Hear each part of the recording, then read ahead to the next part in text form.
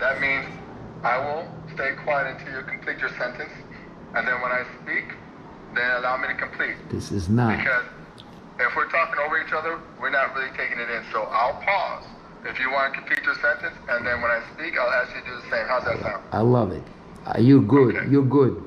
It's not about us completing sentences. This is a little deeper than we were intended to be, but that's okay. Speak. Thank you. Thank you. If we step outside of ourselves for a second and have someone observe us, we want to say, what is the intention of this conversation? And the way I'm witnessing and experiencing right now is that you're teaching me and you're telling me how it goes. And you're saying it with conviction. I appreciate it. At the same time, I'm clear you didn't come here to teach me because you got better things to do than come here and teach me. And that's not going to help you if you come here and teach me. However, when you speak like that, you're telling me how it goes and tell me what I don't understand as far as energy, and that I don't understand yin and yang and principles. Those are bold statements, but I appreciate it. And now when you get to that stage, See that? this is where when you get to that stage, this is where I always invite other people in to help give perspective so we don't go back and forth. Because clearly, this is called getting rooted. And I'm not here to root on anything. I'm here to get a result. You are rooted in your principle. Allow me to finish. Sorry. And one thing we can say is right now, we agreed that there's a result that you're playing for. I ain't playing, man. You playing. I ain't playing. I'm living. No, I never subscribe to playing. You keep playing. That's why when kids die, or when my dad died, I ain't playing. It fucking hurts. There's no game. He dead and laying in the coffin. I come kiss him. He's cold. That hurts, and that's my vision of him. Last vision I have. That fucked up, because he shouldn't have been like that had he listened, but he didn't. So I'm going to use my words, and then you can use your words. And I don't expect you to change your words because I'm using my words, but I will use my words with conviction. Is that okay with you? Is it okay? Is that okay for me to use my words with conviction because I'm going to use it? I just want to make sure, is that okay with you? Of course, you use your word for conviction. Go ahead. No, I said I'm going to use my words with conviction. I said, is that okay with you? I don't quite understand the phrase. You're going to use your words for conviction to convince, no, or? I said no, with conviction, meaning I'm not going to waffle how I say play, but I cannot keep getting your resistance when I say play. It's just the way there's no resistance. Now, if you don't want to say it, there's no resistance here. I don't play. So what I'm saying is, when I say those words, I don't want a resistance every time I say it. I don't resist. How I speak. I don't play. You keep resisting the words I say. See, you resist. See, let me share this with you. Who brought the energy, the verbal energy of the word resistance? Who brought this into the conversation? I'm giving you feedback. Hold on. But let me ask you a question so we understand that we understand each other. Because we said you're going to let me finish my speaking, but you keep over speaking me. I'm sorry.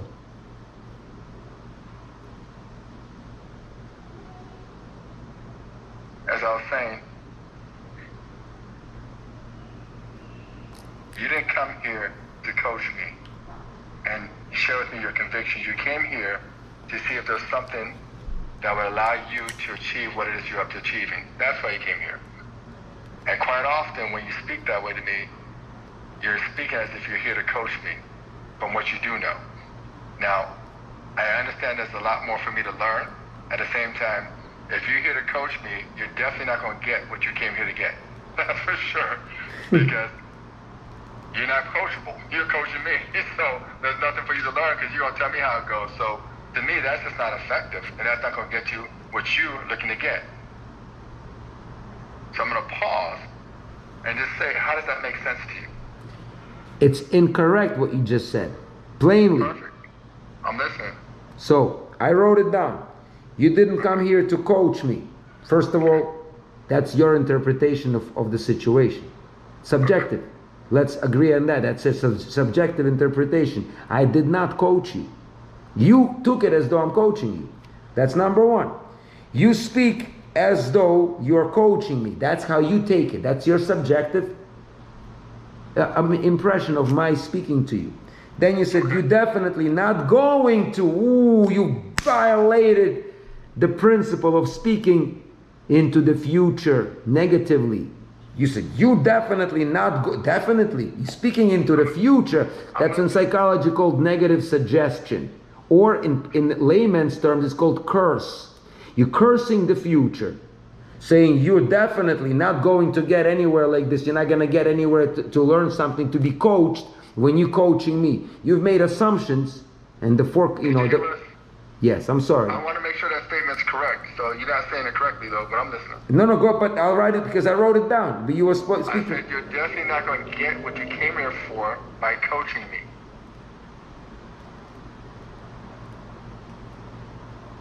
Again, in that statement, first of all, you spoke negatively into the future. In my world, that cannot be. Because it's an incorrect statement to speak. Actually, it's commonly used by most unaware humans, speaking negatively into the future. That's called curse, or a negative suggestion in psychology. I prefer positive suggestion. I would say, if I actually said what you said, I would have said, the chance of you receiving what you came for is less. It gets decreased. That's a bit more accurate. Still negative, but at least more flexible. Now you said it, definitely the normal people talk this way. That's too simple, man. We gotta get a little deeper here. Because you see, I got this stuff, and I've done my ample research. And this is not my code. This is not how we speak. Now, that's not how I speak. Having said that, I did not coach you. I shared knowledge. You can call it my knowledge, my code, paradigm, gestalt, whatever you want to choose to define it. I shared, in fact, it's not mine. I give you sources, multiple. There's no light without dark. There's no truth without lie. You can't know hot without knowing cold. It's in Eastern philosophies based on yin yang. Western philosophy, oh, I'm great, I just prophetize great. No, it's just one-sided, because the shit's gonna hit the fan. And we gotta be ready, because it is. Now,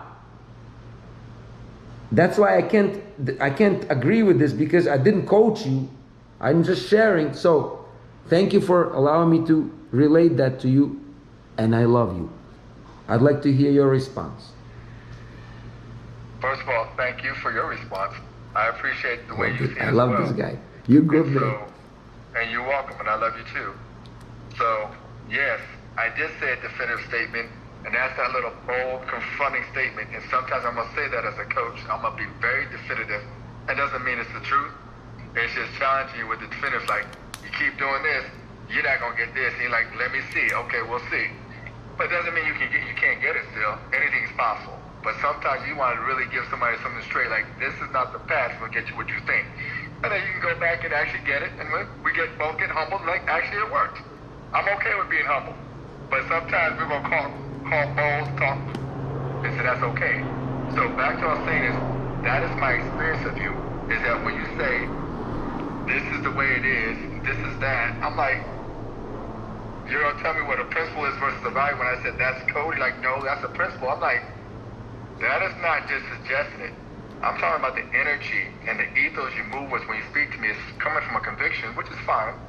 But that is coaching. That's being strong in your statement. Like, this is how it works. Well, you didn't know how it worked? You don't understand yin and yang? This is how you talk to me. Like, I don't understand yin and yang. That's how you spoke to me. I was like, let's relax, let's breathe, because this is the area that I do. This is what I do. So, back to what I was saying, I speak very emphatically that to say, once there's love, there's fear, I'm like, that is a belief more than actually how energy works. And you're like, no, it's not. And I'm like, all right, okay, all right. I will say this, though. Very few people hit a state of pure love without adding fear to it. And so that is a more, I would say, accurate way of understanding it, that you do have fear and love, and there's a combination of it. As you get to higher levels of calibration, it purifies it, and there's less fear. But to say for every love there's fear, it can cap how it really works. And I'm going to refer to a resource here, which you probably read, but this is the resource I'm going to refer to right here. Okay, and you probably read it. Hold on, let me take a picture of it. Power of Force. Who's the author? David R. Hawkins. Well, I'm not. You know, I read something of Hawkins, but I'm not sure if it was. No, there was Dawkins actually. I don't think I read this. No, I don't think I read this. And so I'm just going to read a passage in here so you will see where I'm coming from. And so I hear what you're saying, yet this is the area I excel in, so I'm going to challenge it. That's all. I'm going to challenge it, and I don't mind if you challenge me. That's how we do it, right? I love you. But we're going to get to what works. That's how you do challenge it, right? We're going to get to what works. So, and the thing is that when you really understand it, you get it to work for you. And you'll see it in your resonance and in those relationships you're looking for. That's all. And if it's working, it's working. That's all. And I don't care about right or wrong. I just would like it to work for you. I appreciate that. That's it. So I'm going to read it real quick. Watch this. And thank you for staying open. You're beautiful. And I love you. And I see you, brother. I see. I'll play with you all day. Whoop, whoop. You get it. It's a game. We play toe-to-toe, baby. It's like, let's play. I know you don't call it play, so let's dance. How's that work for you? It's all great. It's all great. We're playing. We're playing. All right, watch this. So he talks about the calibration of love. And I'm going to pull this up because this is what we use to assess where you're at. And the more you play the game, the more we'll be able to read and give you feedback on where we experience you. And like you said, it is subjective. The more you get subjective experiences of you, you take the average will be more objective. And that's how we look at it. My subjective is the subjective, but if you get enough feedback, you'll get an average of how you're showing up. And you can play off that average. You can learn from it. It'll guide you. And none of it has to be 100% accurate. So I'm going to share my screen and watch this. But bottom line, it's working, brother.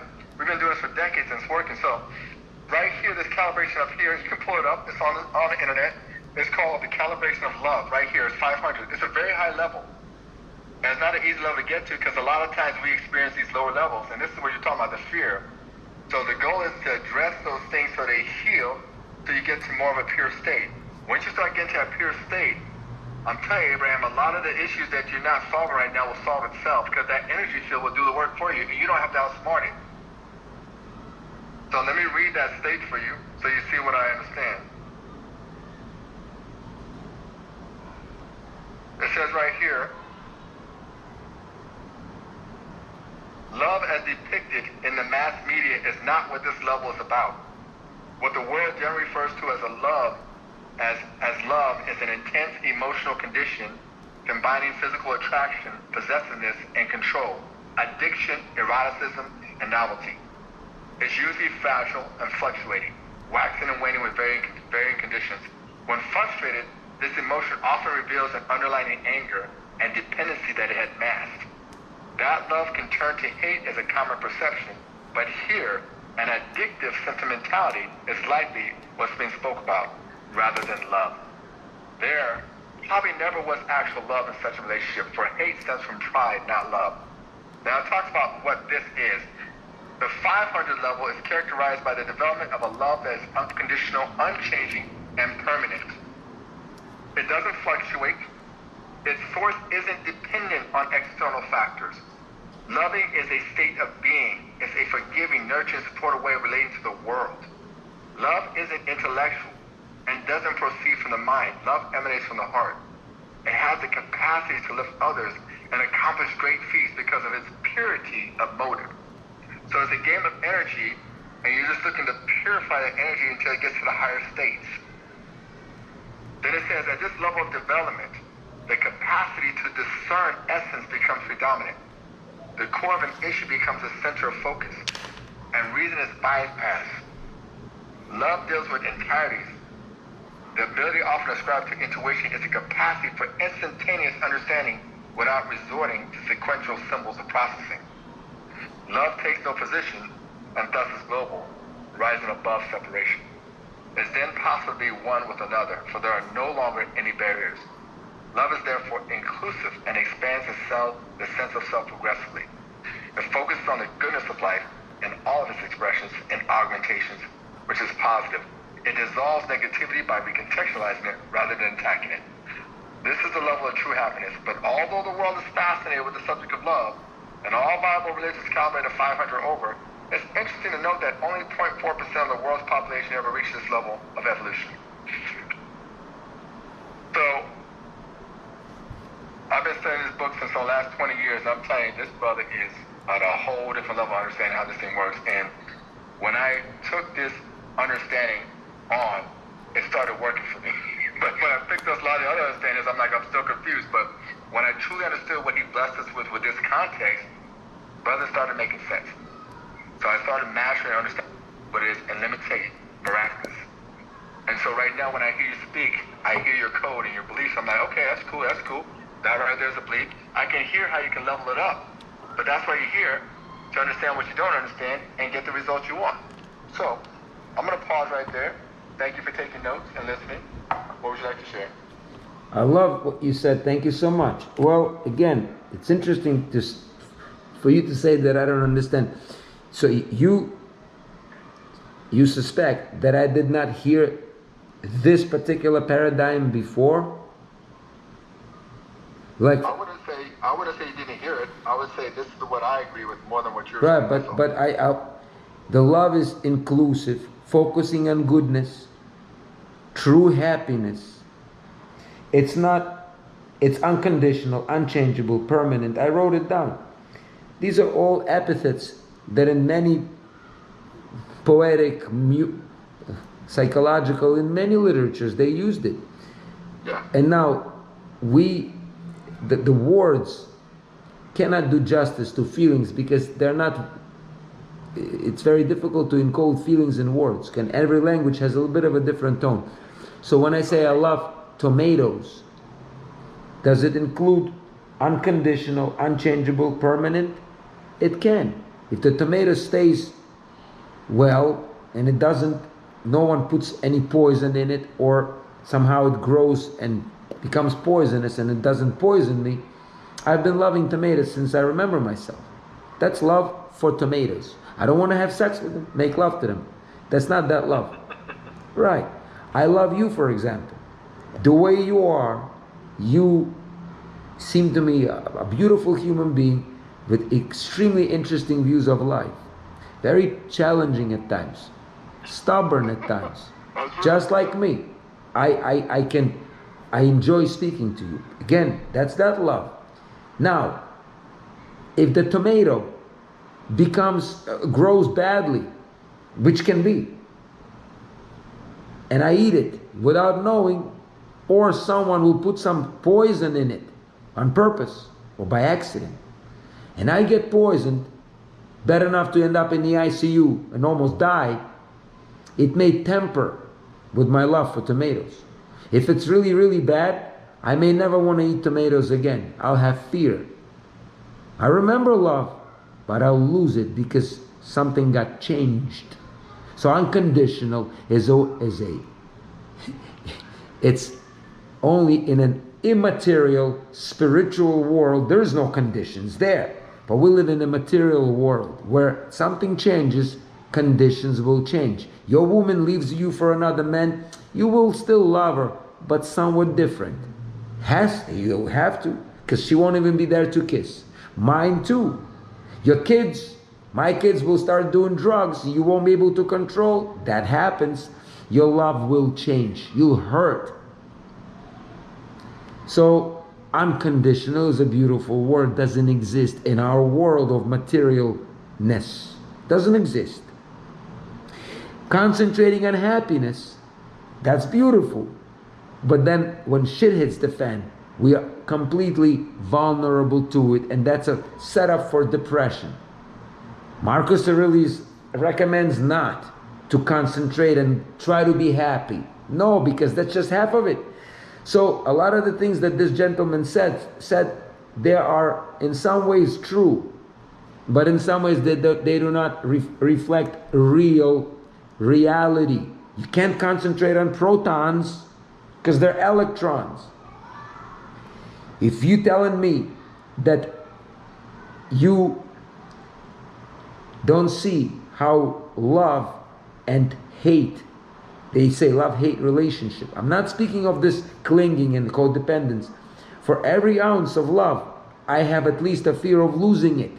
So once I develop you see this in a behavior. Once I meet a lady and I text her in an hour and she doesn't respond to me quick, and I'm like, whoa, what's wrong? An hour ago I didn't know her. I was uniform, harmonious, in equilibrium. Now I'm getting shifts. I was feeling all passionate. Now she's not responding. Whoa, what's going on? Or she used a word in a text or a smiley face I'm not sure of.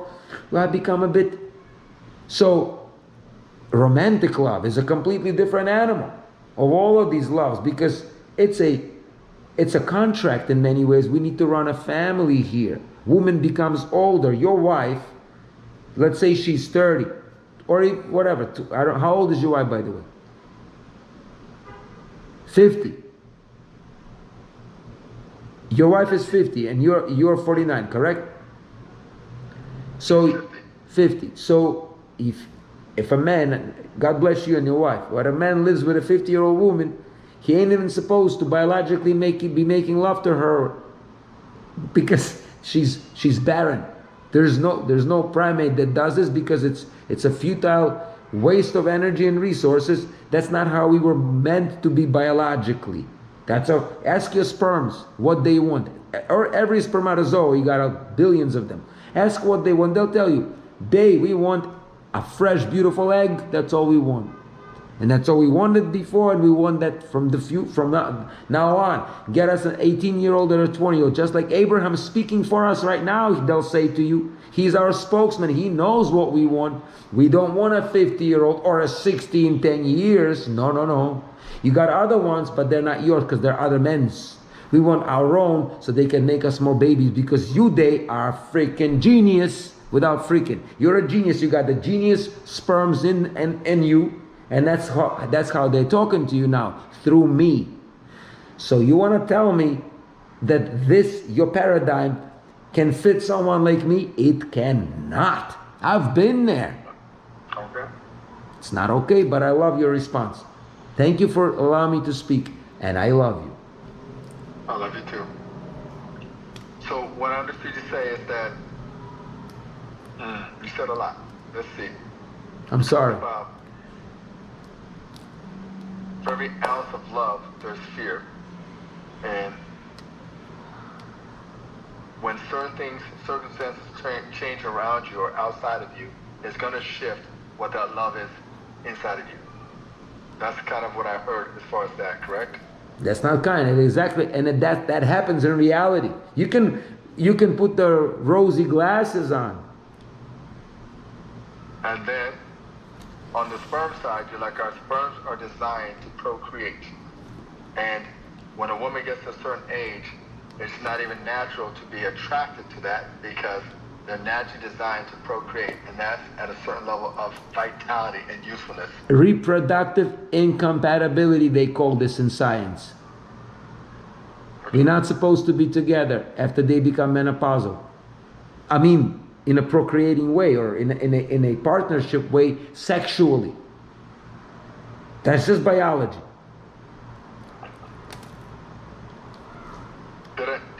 Did I understand what you said?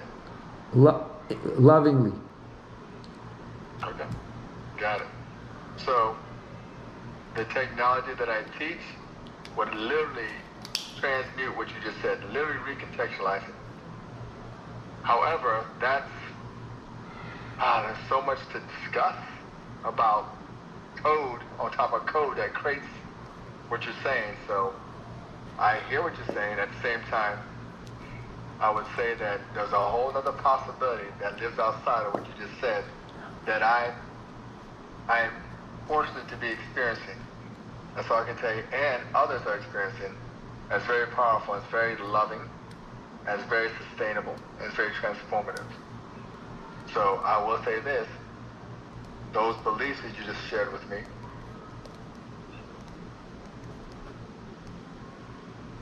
they could limit your experiences. That's all I was saying. They could limit what you're looking to experience. I appreciate you saying that. They're not good. They're extremely limiting, because they're real. Reality is quite limited. It cannot be fairy tales. Oh, Cinderella. Now, I like the word calibration of love.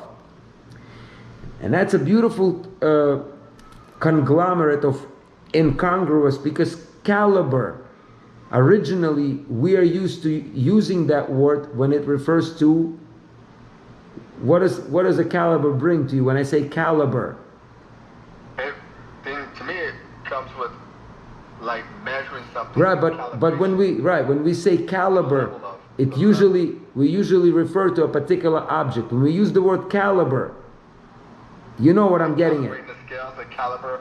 No, but the actual word caliber. When we say, what's the caliber of this? What are we referring to? I'm thinking measurement. Okay, but you're not getting what I'm saying, or are you being purposefully that way? No, that's what I'm attempting to get at. Right, so I understand calibration is measurement, but we use the word caliber particularly to refer... Quality? I'm sorry? The quality of something, the quality? No, caliber in a colloquial sense of the word, it brings out another object. Caliber of what? Of a gun or a bullet. That's caliber. Now, obviously, it has to do with the size. You do not calibrate love. I'll tell you why. True love, there are two types of love. There is love that you can actually calibrate. That's materialistic love. That's amount. And I'll give you a perfect example when it comes to that. That's, again, it's a conceptual paradigm. It does exist. If my wife starts drinking or doing stupid shit, my love will decrease, because my love is material based. She's got to be a good woman, I love her. She's going to start throwing shit around, maybe hormonal stuff, whatever. Now, a spiritual love is a duality. It's called binary. It's like pregnancy. You can't calibrate pregnancy. It's either a person's pregnant or not. The same way the computer runs. It's called a binary or dual being. In other words, it's either there or not. By the way, that's how our third eye operates. It only sees binary. Can't calibrate. It's either there like pregnancy, like life. You're either alive or dead. Can't calibrate, a little bit dead. Dead is dead. So when you try to calibrate something that is by originality is a spiritual being, you run into you colliding material in a spiritual world in a very, very incongruous ways. It cannot be accomplished because love is an emotion. Can't be calibrated. It's like I either love tomatoes or I fucking hate them. Maybe I love them a little bit, but I still love them. I'll give you a perfect example. I asked this question from my 5-year-old nephew. His name is Aaron. He's the son of my brother. Back we used to talk. And this was 5 years ago. I asked Aaron, how much do you love your mama? 100%. 100%. Of course. Your dad, my brother. 100%. Say, how much you love me?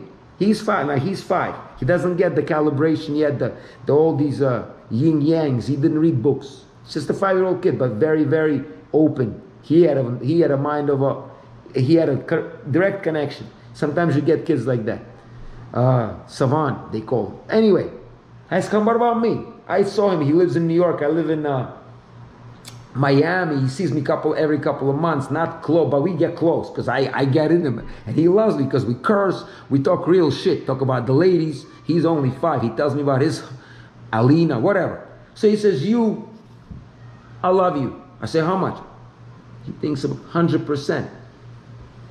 I'm like, whoa, but it took him a while because he doesn't really have the closeness like he has with his mom and dad, obviously. Then something happened. I asked him, what about my son, Samuel? That's his cousin, who he's 14 at the time and he's 5. So they really said, and they don't really connect. They're 2 different generations. So he looks at him, he says, Sam, no, his family. He look at me, says, him I love him 99. And I'm like, whoa. I didn't know what he was going to say. I'm like, And he's cringing like, yeah. I mean, you feel weird. I'm like, whoa. I'm getting chills as I speak. I'm like, that's interesting. And then after like 10 seconds, he goes, no. I love him 100. It's a smaller love, but it's still 100. You can't calibrate that. It's either there or it's not. Now, obviously, in our material world, that's all we do. Technology of recontextualization. I don't want to have this too big for my brain to fit. I don't talk this way. I talk, I fucking love you, man. That's how I talk. Okay. I heard you. Now, I challenge what you say. Let me show you something with it. Let me show you. I challenge you on that. Let's look at the word caliber.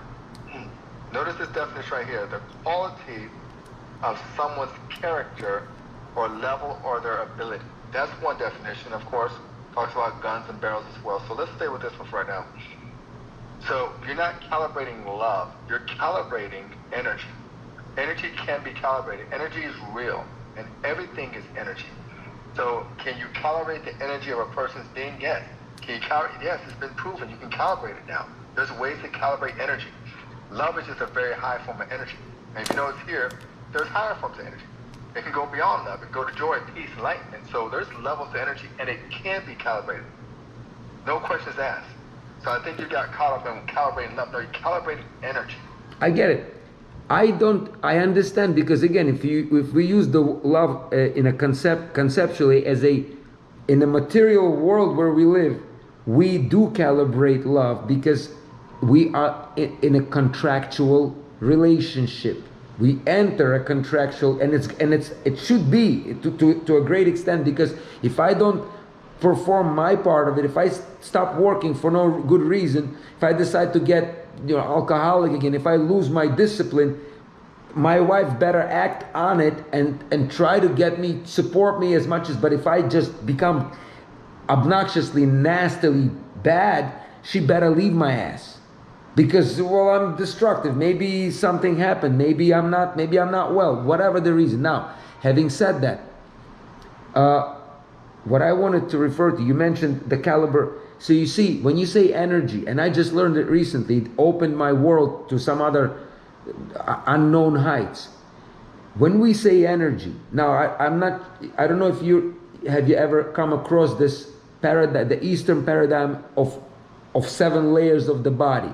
Physical is one, ether is the second, then you got the astral, which is the emotions, that's the third, then the mental is the fourth, then the karmic actions, that's the fifth, then you got the third eye, which is it's called the buddhic or whatever, this basically instinctual, higher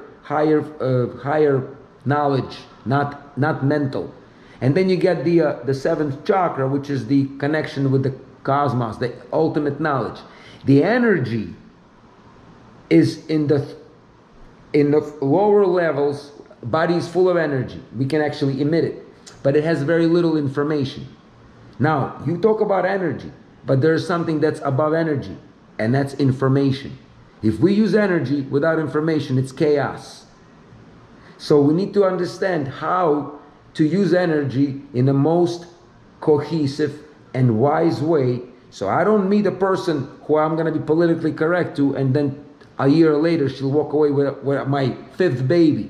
I need to use all my possible knowledge that I have, yours, whoever is next to me.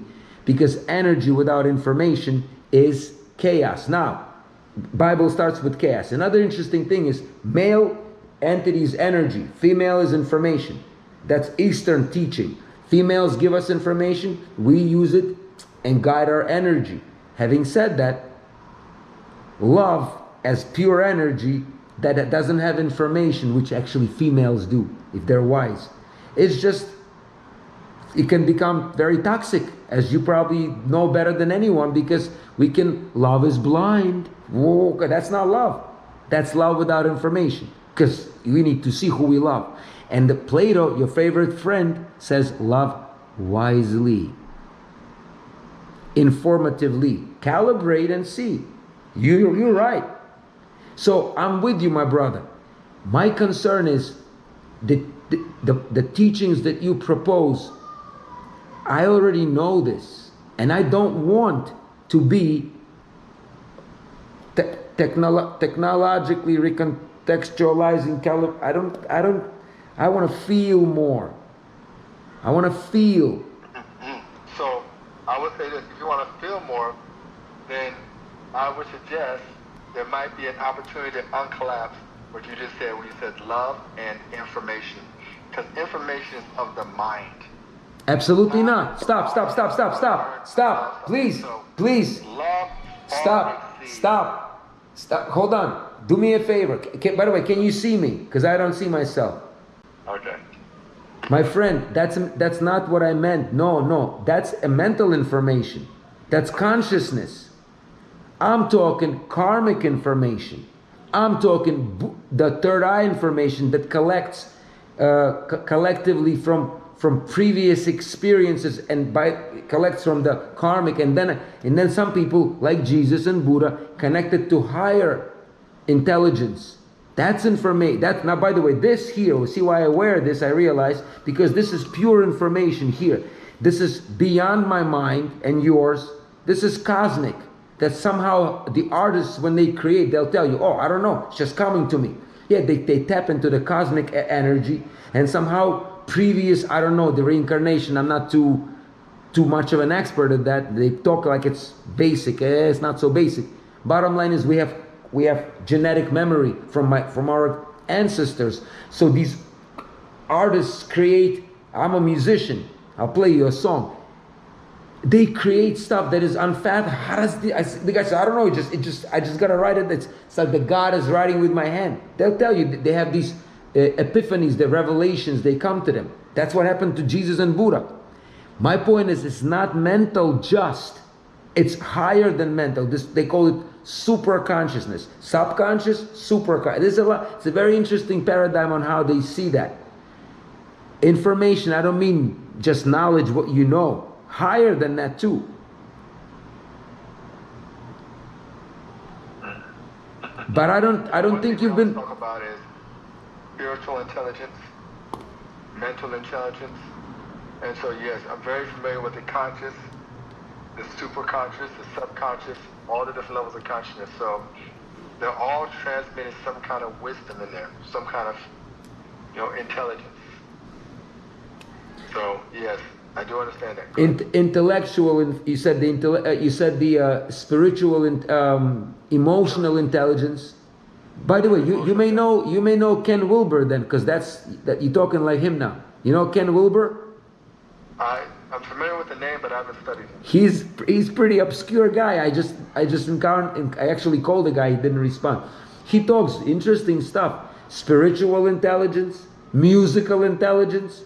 Athletic, we have all types of intelligence, like the physical intelligence of how you actually dance, intelligence, how people dance. So there's my question is, and again, thank you for being so. First of all, I feel a little guilty because you're spending so much time with me. I feel honored and a little guilty, and I don't mean to take so much time of yours, because I know you have a lot of responsibilities. Having said that, I'm concerned. Money I have right now, I have financially, I have money. Like your colleague asked me, how much am I willing to invest? I can invest several thousand, 5, maybe even 10, if I feel that I found a person who can guide me into my world where I am. I don't want to lose the demons. I love my demons. They make me real. They make me feel real. I don't want to be, I want to happy and connect with my, the words that you used, vibrate higher. No, I want to vibrate all over. Because when shit happens, I want to vibrate just like that, and I want to feel it. And I don't want to walk away from it. I want to be there. Because shit's happening. So, while your paradigm seems to be working for you great, it'll be interesting to see. I can apply it, but I've been there already. I've lived like that all my life until I hit 40. I was blissful and joyful, and you should have met me when I was 40. I was a sweetheart. I would have never spoken this way. But something happened. I went dark.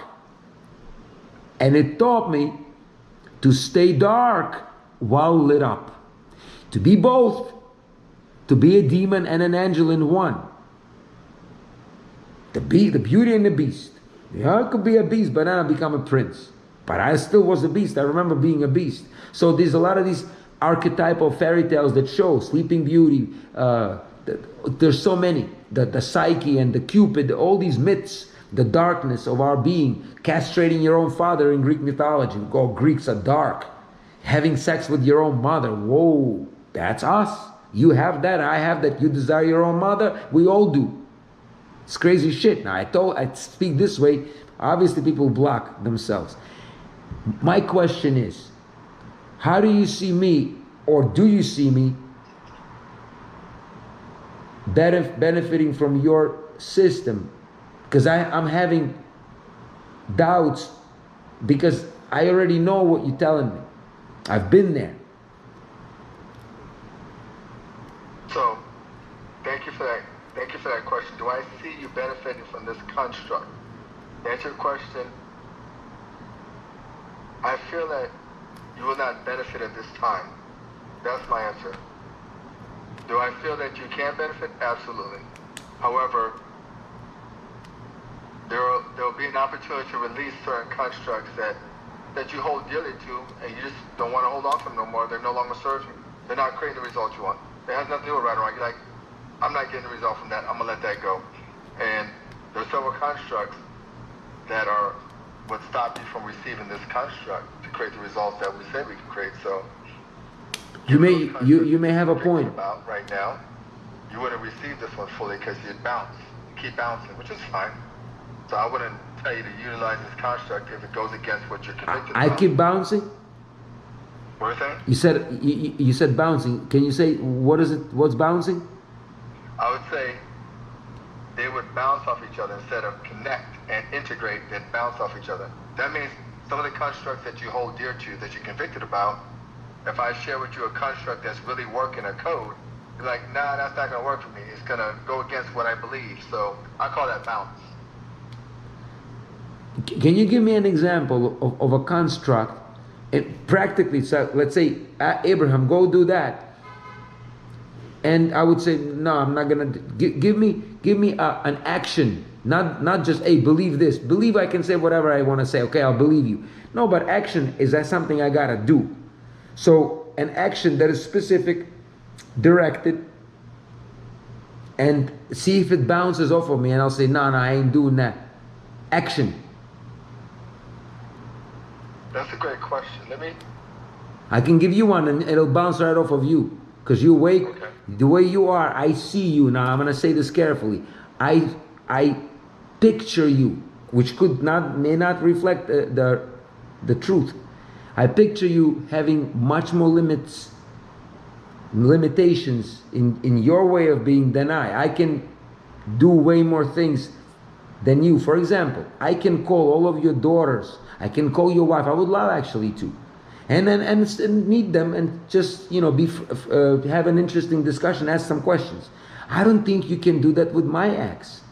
I hope to be wrong. Or my children. And I've done, this is a tool that a calibration tool. This flips people, letting me talk. That this guy today did not let me talk to his ex of 35 years who he divorced, never to have another relationship. Never. Now, I call everyone. I love it. I get cursed. Sometimes that's okay. I love that too. They cleanse me. They curse me, they cleanse me. They take my bad karma on them. They don't know how that works. That's why I'm cleansed. Now, would you be able to call my ex? Would I? Yes. Absolutely, I can talk to your ex. Why do you think I wouldn't be able to talk to your ex? Because again, I'm used to normal people, regular people, as they say. You're different. That's why I take my hat off. That's why I already took my hat off to you, but I'll take it again. So, I would love for you to speak to her, because you may be able to be that deciding or the turning point, and maybe you, and he's saying, oh, this is not gonna, you said the word, this is not gonna get us anywhere. Whoa. All the negative experience is negative because we are labeling it. It's beautiful. It's us learning. You may be that key that's missing, and then maybe it'll flip her mind. I'll give you her number and my son's number, my oldest son. If you can do it, and by the way, I want to pay you too. This is, please allow me to pay you, because this is something that I don't want to feel like I'm overstaying my welcome, and I feel it because you're such a kind soul. I would love to pay you to make this at least as a sign of appreciation, and it'd be an honor for me, because you are teaching me now, no matter what. My argument with you is me learning. Having said that, how would you feel if I spoke to your wife? I would welcome it. She's a coach, so I'd welcome it. I love that. Okay. And I would love to get her feedback either on the call with you. She'll give it to you straight as a woman, giving it to you straight of how she's picking up your masculine energy. And you want to get that kind of feedback. So I would love to get her feedback, just her meet you, talk, and she'll give it to you straight because she's a coach. So absolutely, everything's transparent. She'll do it in 2 seconds. As a matter of fact, I'll let you speak to a lot of my coaches. You'll get feedback, all individually, because that's what we do, give each other feedback. Like you give me, I give you. And somewhere in between, you'll start seeing how we're showing up, and then we get a choice to say, is that working for me? That's all. I will be the first person to admit that I was wrong. If something that you're recommending works, hey, you got me. So, having said that, that would be lovely. Again, and I don't want to overstay my welcome. I don't want to use your resources unthankfully. So please, you let me know how I can thank you for it, because I'd like to pay you. Now, having said that, I don't want to hold you too long, because I could talk all night. I have no engagements. You have a family, and I know you. I feel guilty.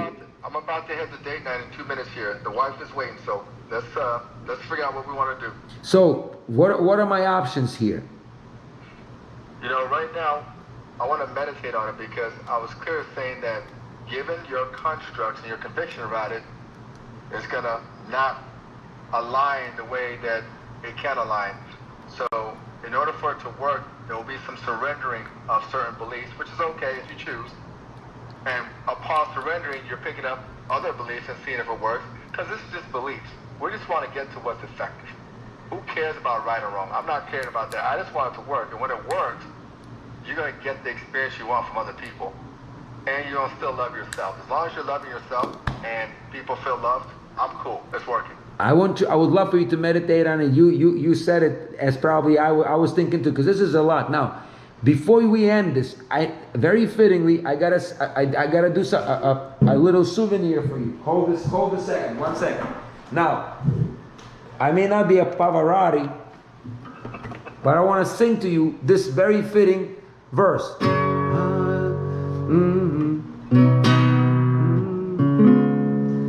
I just called to say I love you. I just called to say how much I care.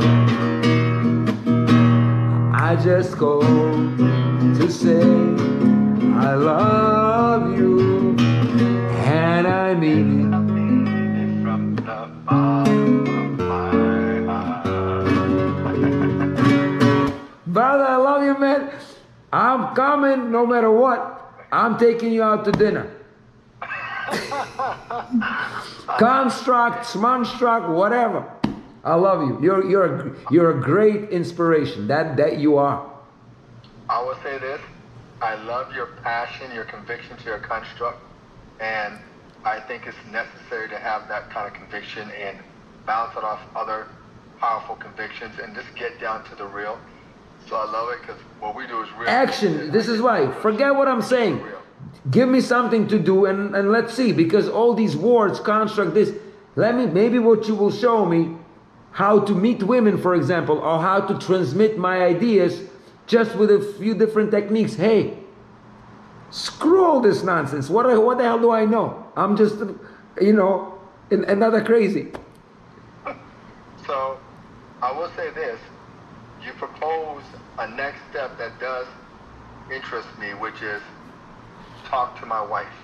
And so that creates a whole nother possibility, as opposed to, okay, I'm going to send you some information. If it bounces, just stay in touch, because things can shift. We're going to keep moving like this, and if it shifts, then we can get aligned, and that's okay. I'm okay either way. However, it's quite possible. You understand your wife. If she's open to getting on a conversation with me personally, one-on-one, or us three, I'm open either way. The thing is, she may not. In my experience, she may not pick up. So all these preparations may just be futile. So I tell people, I tell a lot of my future women or potential women and friends, I say, call my wife, speak to her. Because that's what people do. In the tribes, they did that. Because the tribe would not tolerate this dissecting situation. It's a horrible situation for a tribe. And we are a tribe, in the best sense. Having said that, also I wanted to mention, maybe in your system, in your institute, maybe there's something that you can customize for a person like me. And I would be extremely interested because you know what I valued so much is that I hate the word value. I feel close to you. No matter what we talk, man, I feel like you give me the goosebumps, man, and that's not something that is it's not a construct. It's you bring out emotions in me. And you're a man. So, thank you for loving me. Thank you for playing that music. That was a beautiful touch. I appreciate it. The next step is, I believe, is to see if your wife wants to talk. And as far as tailoring something for you, I don't think it's about tailoring. I think it's about just having authentic conversations and seeing whether there's an alignment that naturally works for you. Okay. Because that's part of what I teach people, like, be cool with